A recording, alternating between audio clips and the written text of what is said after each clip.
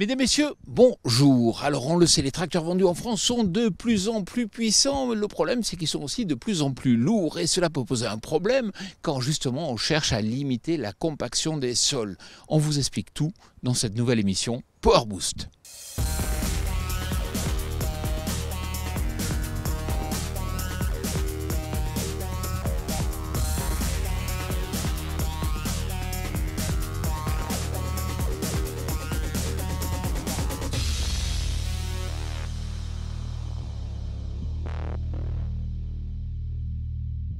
Ok, ce matin, Jean-Paul m'a envoyé le Power Boost, il m'a dit faudrait faire un sommaire, alors j'ai regardé le programme et on va taper un sprint parce que c'est conséquent. Uno, convertir des terres agricoles en viticulture, quel intérêt, quelle difficulté, on fait le point. Deuxio, le machinisme, on adore, mais justement d'où en est le marché des agroéquipements en ces temps troublés, on fait le point. Tertio, vous hésitez à venir aux Journées nationales de l'agriculture, on a de quoi vous décider. Quatrièmement, vous connaissez pas AgriSite, on va vous le faire découvrir. Et tout ça c'est entrecoupé d'un coup de gueule parce qu'on aime quand ça clash, d'un increvable vert et jaune parce qu'on est nostalgique sur les bords, et d'un bon plan tout simplement parce qu'on aime rendre service. Ok, une certitude, on va pas s'ennuyer, alors let's go, enjoy, tout ça. Ah, les miniatures, jouets et autres dioramas agricoles, ça vous branche? Eh bien sachez que la 30e édition du Salon européen des jouets et miniatures agricoles, c'était dimanche dernier à Chartres, pas de bol. Mais on vous propose quelques images pour vous rattraper et surtout vous donner envie d'assister à la prochaine édition avec passion, divertissement et bonne humeur garantie. Avant d'entrer dans le vif du sujet, un petit clin d'œil aux experts fonciers et forestiers qui ont tenu leur congrès il y a une dizaine de jours au Palais des Papes d'Avignon. Un événement qui a éveillé notre curiosité puisque la journée était ancrée dans l'actualité avec le développement de plusieurs thématiques en lien avec la nouvelle valeur des sols. Plus d'infos sur le site expertfoncier.com. Si vous êtes un fidèle de Power Boost, alors vous connaissez forcément notre rendez-vous hebdomadaire du JT Cultures et Marchés. En revanche, vous ignorez sans doute que nous fêtons les 10 ans de ce programme qui attire toujours plus de fidèles chaque lundi sur notre chaîne. Alors oui, le temps passe vite, ce n'était pas pour vous mettre le cafard, promis, mais juste pour vous informer qu'à cette occasion, nous fêterons cet anniversaire en partageant un moment de convivialité sur le stand de Syngenta au Cultural le 15 juin prochain à 14 h. Alors, venez nombreux. Vous êtes céréalier, vous avez envie de vous diversifier, pourquoi pas dans la viticulture. Cela dit, c'est pas toujours facile d'être dans une région céréalière et de développer une telle diversification, mais vous allez voir, certains agriculteurs l'ont fait. L'idée de convertir des terres agricoles en viticoles a été le souhait d'un négociant de la région de rapatrier une production de raisins en France, qui venait principalement d'Espagne et d'Italie. Alors, le plus difficile pour implanter de la vigne quand on n'a pas l'habitude, on n'y connaît rien. Donc on se renseigne beaucoup, on va voir des personnes qui font le même type de vigne dans d'autres régions de France. Et on est épaulé aussi par un service technique, que ce soit de la coopérative ou autre, ou extérieur, pour nous aider à faire cela. Et pour moi, mon but à moi a été surtout de diversifier mon assolement avec les cours des céréales qui fluctuaient et qui n'étaient pas très forts il y a 4-5 ans de ça. Le point de vue économique par rapport à des céréales, je pense que ça vaut le coup sur plusieurs années. C'est vrai que si on se base à des prix comme il y a 5 ans de nos céréales avec des blés à 180 € tonne, on était largement compétitif, mais avec des blés à 280-300, je pense que la parcelle aurait été en colza cette année. Oui. Je vous l'ai annoncé en début d'émission, on a les tout derniers chiffres sur l'évolution des ventes de matériel d'agroéquipement. On vous explique. Alors, comment se porte le marché des agroéquipements? Les premiers retours sur l'année 2023 laissent entrevoir des prises de commandes affichant des baisses qui s'échelonnent de -15 à -50% selon les familles de produits. Alors, est-ce une conséquence des augmentations des prix de vente de matériel agricole depuis début 2022? S'il est encore trop tôt pour le dire, les industriels des agroéquipements constatent un certain attentisme du côté des distributeurs et des agriculteurs. Alors, le rang de puissance qui se vend le plus, c'est 150 à 159 chevaux. Et le cœur de marché, on peut dire qu'il se situe entre 100 et 200 chevaux. avec une tendance du centre de gravité d'aller plutôt vers 200 chevaux que vers 100. En fait, ce qui change, c'est qu'on observe qu'il y a de plus en plus de tracteurs de forte puissance qui sont vendus, donc au-delà des 200 chevaux. À titre d'illustration, en fait, les deux catégories de puissance qui ont le plus progressé au cours des 5 dernières années, c'est 230, 239 chevaux et 350, 359 chevaux. Et évidemment, en fait, le fait que la traîne de la distribution des ventes dans les grandes puissances s'épaissit, ça se traduit par une augmentation de la puissance moyenne du tracteur, qui est passée de 151 chevaux en 2017 à 161 chevaux en moyenne en 2022. Je pense que c'est un besoin de puissance pour les outils d'accompagnement du tracteur. Donc c'est une tendance qui est de long terme, hein, puisqu'on observe cela au moins depuis une quinzaine d'années. La puissance moyenne aujourd'hui est de 161 chevaux et elle était de 151 chevaux il y a 5 ans. Alors un des facteurs, ça peut être le manque de main-d'œuvre agricole, donc la possibilité de gagner en productivité grâce à des outils plus puissants.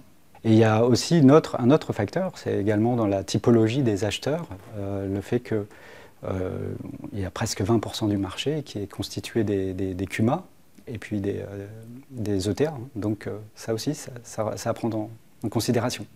C'est vrai, du fait de l'état des sols, on recommande plutôt d'alléger le poids sur le sol pour ne pas le compacter. Et sur les dernières années, ce qu'on observe, c'est tout l'inverse. C'est le poids moyen du tracteur a augmenté de 500 kg en 5 ans. Vous avez mal à la mâchoire à force de bâiller pendant les assemblées générales. La perspective de voir se dérouler un nouveau PowerPoint pendant 1 heure vous donne des sueurs froides. TV Agri lance son concept Duo d'experts. Un format d'1 heure, garanti sans ennui, avec de l'interactivité, où ça bouge et où ça se clash. Faites votre choix parmi 3 thématiques d'actualité. Écologie radicale, comment le monde agricole doit-il réagir ? Autrement qu'en foutant un coup de boule, bien entendu. Les agriculteurs sont-ils nuls en communication? Bon, là, on va vous taper dessus, mais promis pas trop fort. Et faut-il avoir honte d'être un agriculteur performant? Car oui, il n'est pas toujours facile de réussir, j'en sais quelque chose. Pour obtenir plus d'informations ou commander votre duo d'experts, une adresse mail hugo.roger@tvagri.com. Mon coup de gueule, il est simple. J'écoute beaucoup la radio, pratiquement toute la journée, en travaillant. Je lis les journaux, je regarde un petit peu la télé tard le soir. Depuis quelque temps, il y a une campagne très importante sur l'intérêt d'installer chez soi des récupérateurs d'eau de pluie. Donc en fixant des récupérateurs à la gouttière de son toit, on récupère de l'eau. Parce que c'est très intelligent de stocker de l'eau quand il pleut pour l'utiliser quand il ne pleut pas. Donc moi je ne peux qu'être d'accord avec ça. Pourquoi est-ce que c'est un coup de gueule? Parce qu'en fait, ce qui serait bon pour le citoyen lambda ne serait pas bon pour les agriculteurs. Je suis dans un département, les Hautes-Pyrénées, qui est un véritable château d'eau. On est incapable de faire aboutir un projet qui permettrait de récupérer l'eau, de retenir l'eau l'hiver pour pouvoir l'utiliser l'été. Donc ce qui serait bon pour les citoyens ne le serait pas pour les agriculteurs. Moi, j'ai juste envie de dire que les agriculteurs sont, avant d'être agriculteurs, des citoyens aussi, inscrits dans leur société, inscrits dans leur territoire. Mais en plus, ils contribuent à l'économie de ce territoire et surtout, ils font manger la population tous les jours. Donc surtout, ce qui serait important, c'est que si on veut de l'eau l'été, on puisse la retenir l'hiver pour produire localement ce qu'on consomme localement. Hop hop hop, on part pas tout de suite, car Jean-Luc a également un super bon plan si vous désirez travailler dans les Hautes-Pyrénées, un superbe département, au passage.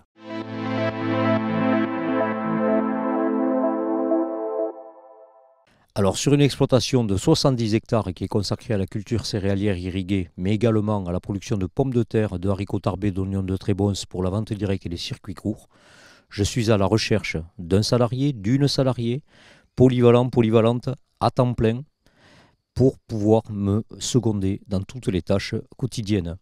Ce qui est très plaisant dans cet emploi, c'est qu'au fil de l'année, on ne fait jamais la même chose. On ne s'ennuie jamais, c'est vrai, il y a du travail, mais en fait il est très diversifié. Ça va de la conduite d'engins au tri des pommes de terre ou à la commercialisation. Donc en fait on ne s'ennuie jamais. La semaine prochaine, ce sont les JNA, les Journées nationales de l'agriculture, et il ne faut surtout pas rater cette opération de communication du monde agricole, comme le fait par exemple Aurélien Anési qui nous présente le projet de l'ENSAT à Toulouse. Alors au sein de l'ENSAT, nous organisons le 15 juin à 17 h une soirée conférence qui s'intitule Agriculture et alimentation, du sens et des compétences pour des métiers de demain, avec notamment Vincent Labarthe, le vice-président de la région, ou encore Maglone Pontier, directrice du mine de Toulouse. Nous organisons cet événement parce qu'en tant qu'institution et institut de formation, nous formons des ingénieurs agronomes qui doivent faire face à des enjeux dans l'agriculture et on doit également les former à des métiers de demain. Et c'est ce que fait nos institutions et nos écoles comme l'INP ENSAT.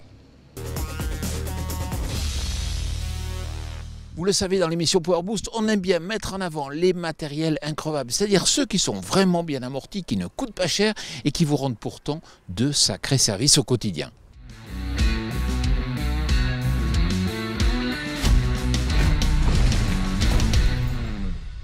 Alors, le 3650, son point fort, c'est que c'est un tracteur qui est maniable, qui a une force de relevage qui n'était pas réputée chez John Deere à l'époque, qui marche très bien. Et c'est un tracteur en 6 cylindres à 115 chevaux turbo qui est assez nerveux et coupleux. Alors ça, c'est un tracteur que je veux garder parce qu'aujourd'hui je fais aller 120 heures en max avec. L'entretien est assez simple, je peux le faire moi-même. Ce qui nous sert toujours pour semer les tournesols, je fais à peu près 120 heures avec. Et c'est un tracteur que j'ai décidé de garder toujours pour le moment, quoi. Il faut tout optimiser pour notamment lutter contre le réchauffement climatique et le dégagement des gaz à effet de serre. Et les coopératives, comme les négoces, doivent optimiser aussi les flux entre les silos. Il existe des possibilités d'optimiser justement les flux, notamment pour les coopératives. Pierre Boucher, bonjour. Bonjour. Alors vous êtes président d'une start-up qui s'appelle AgriSite. Expliquez-moi un peu quelle était la problématique. La problématique des coopératives et négoces agricoles, c'est qu'ils ont des gros réseaux de stockage à gérer, que les années ne se ressemblent plus. Avant, elles étaient assez stables et maintenant les prix de vente changent, les rendements de collecte changent et donc la logistique pour optimiser tous les flux au sein de ces silos est beaucoup plus compliquée et nécessite un outil pour pouvoir l'optimiser, réduire les euros et les tonnes carbone. Et vous proposez une application, mais elle permet de gagner quoi? Elle permet de faire 10 à 15% d'économie de coûts sur la supply chain, les coûts de transport pendant la moisson, et 10% d'économie de tonnes carbone pour ces grosses coopératives et négoces agricoles. Pierre Boucher, merci beaucoup. Merci à vous.